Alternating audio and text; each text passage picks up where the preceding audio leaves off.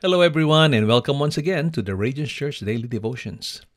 This is now the continuation of our devotional series entitled Good Manners and Right Conduct, and we are now in part number 20. Today's episode is entitled Be Unoffendable. Be unoffendable in Filipino, wag madaling masaktan. At ang ating pong talata, ang ating Bible verse ngayong araw ay nasa Proverbs 19 verse 11. Ganito po ang isinulat ni Haring Solomon. A person's wisdom yields patience. It is to one's glory to overlook an offense. In Filipino, ang kahinahunan daw ay nagpapakilala ng katalinuhan. Ang pagpapatawad sa masamang ginawa sa kanya ay kanyang karangalan. In short, ang taong matalino o yung totoong wise, mahinahon. Ang ibig sabihin, di basta nagre-react. Ang kabaliktaran niyan, syempre, unwise. Hindi mahinahon, biglang nagre-react. Yun ang kaibahan. Punta po tayo sa ating reflections. Madali ka bang ma-offend? Are you easily offended? Or are you always quick to be upset or hurt by people's words or actions? Yung konting kibot lang ng tao, mayroong lang di tamang salita o di tamang nagawa, ayun, galit ka na kagad. Well, sabi sa Bible, kung totoo ka nang na kay Kristo, ikay isa ng bagong nilalang. At anumang mga bagay na masasama na ginagawa natin nung araw ay dapat magbago na, hindi ba? 2 Corinthians 5:17 says, If anyone is in Christ, he is a new creation. All things are passed away. Behold, all things are becoming new. So kung totoo kang Kristiyano, itong pagiging madaling ma-offend, dapat mabago na kaagad. Constantly giving in to offenses can actually harm you and others. Di ba? Totoo yan. Kapag lagi kang na-offend, makakasakit ka, hindi lamang sa sarili mo, pati sa ibang tao na rin. Kasi, yung iyong reaction ay nag-i-intensify dun sa bad mood na ibinigay na o ipinakita na ng offender. So, yung offender naman, minsan, hindi naman niya sinasadyang mang-offend, kaya lang ikaw, mali ang translation mo, so na-offend ka, di ba? So, imbis na maganda yung climate, dahil na-offend ka na, nagiging gloomy na yung climate. Tapos, nadampe na yung atmosphere. So, lahat ng mga tao sa paligid, nako, sumimangot na dahil nag-react ka o nagpakita ka ng masamang pag-uugali. Isang typical scenario ay ganito. Ganda ng panahon, ang saya ng kapaligiran. Pagkatapos, nag-uusap-usap kayo, may naitanong o may nasabi ang isang tao, tiningnan mo ng masama, at sinabi mong, pakiulit mo nga, ayun, nag-react ka na. Then suddenly, iba na ang klima. Yung mga tao sa paligid, mag-aalisa na. Bakit? Kasi nagwawala ka na. Today's passage reminds us to practice wisdom by being patient, particularly with inconsiderate people. Yung mga taong nakakairita sa atin. And mind you, present sila everywhere. Kaya dapat maghanda ka. Paano natin to isasagawa? Paano natin i-overlook yung offense? Well, ito lang suggestion ko. Ignore it. Di ba? Huwag mong patulan. Kaya sabi sa Bible, ito sinasabi ni Haring Solomon, hindi ba? Yung taong daw may wisdom ay nagpapakita ng patience. At isang karangalan ang mag-ignore lamang, huwag papansinin o huwag papatulan ang mga taong nangaasar, nangiinis o mga bagay na nagpapakita ng masamang pag-uugali. Ang tanong ay ganito, bakit ba tayo nagre-react? Why do we react? Well, we react because instead of ignoring what was said or done, we decide to take it personally. Di ba? Pinipersonal natin o tinatranslate natin sa maling kapamaraanan yung sinabi o ginawa ng isang tao.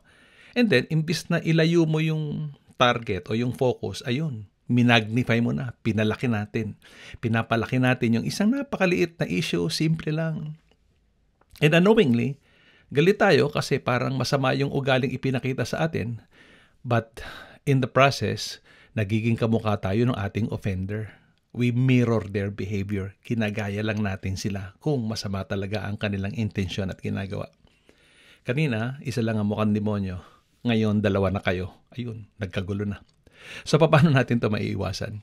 Isa sa pinakababisang paraan ng pagpapractice ng good manners ay mag-practice nitong being unoffendable. Okay? Ang ibig sabihin, huwag basta-basta magre-react sa mga taong tila nananakit sa atin, either intentionally or unintentionally. And the way to do that is to condition our hearts by preparing our responses to offenses when they occur. Ulitin ko when, not if. Talagang palaging mangyayaring magkakaroon ng mga taong nang-offend. Magbigay lang po ako ng ilang mga suggestions para sa atin ngayong araw. Una, number 1, start your day with a quiet time with God. Ibig sabihin, basahin ninyo ang inyong daily devotions. Yun.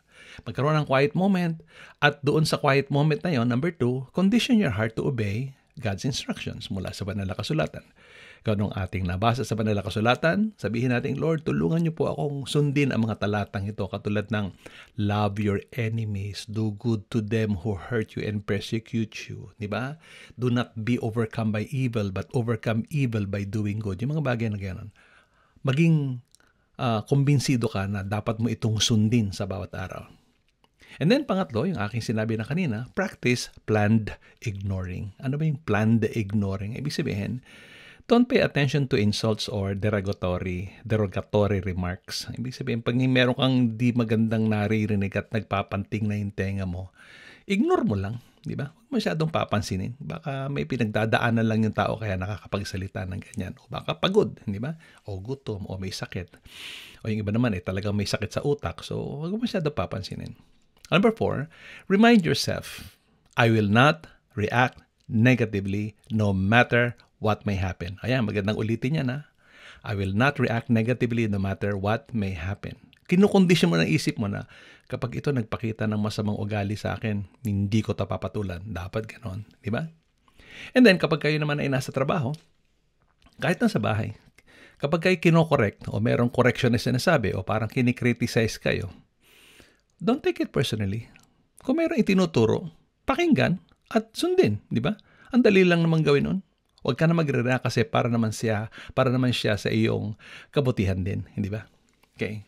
So, paano po pag na-offend na ako? Number 6, if you feel offended, ganito lang gagawin mo. Buntong hininga, walk away quietly, keep your smile on your face, and then humanap ka ng tahimik na lugar para manalangin. Doon sa quiet moment na yun, sabi mong, Lord, eto na, gusto ko na pong bumigay, pero sa oras na to, babalikan ko yung aking commitment na nangako ako na magiging kalmado ka ngayong araw at hindi ako ma-offend. Ayan. And then, labas ka ng silid yan. Kahit sa toilet, pwede mo yung gawin. Recompose yourself. And then, go on with your task throughout the day. Now, lagi natin tandaan, what God says about you is more important than their limited perception or opinion about you. So ano man ang sabihin nila, huwag kang masyadong naniniwala. Bakit? Alam mo kung sino ka. Mahal ka ni Lord, ikaw ay special, ikaw ay masterpiece ng Panginoon. So manindigan ka. Di ba? And lastly, huwag natin kalimutan na ang mga offenders, yung mga nang-offend, they dishonor God. And no one likes them. Ayaw ng mga taong laging brusko at nang-o-offend. So, mangako ka sa sarili mo at sa Diyos, I will not be one of them. Hindi ako isa sa mga taong mang-o-offend. Sabi sa Romans 14:13, sabi ni Apostle Paul, do not put any stumbling block or obstacle in the way of anyone. Huwag nawa tayong maging dahilan ng katitisuran ng ibang tao. Sana tayo ay mga stepping stone, hindi stumbling block para sa mga tao. Huwag natin kalimutan ang sinabi ng ating Panginoon si Kristo, saan man tayo pumunta, let your light shine before men, that they may see your good works or your attitudes, and that they may glorify your Father who is in heaven. So ito lamang po ang aking mga paalala.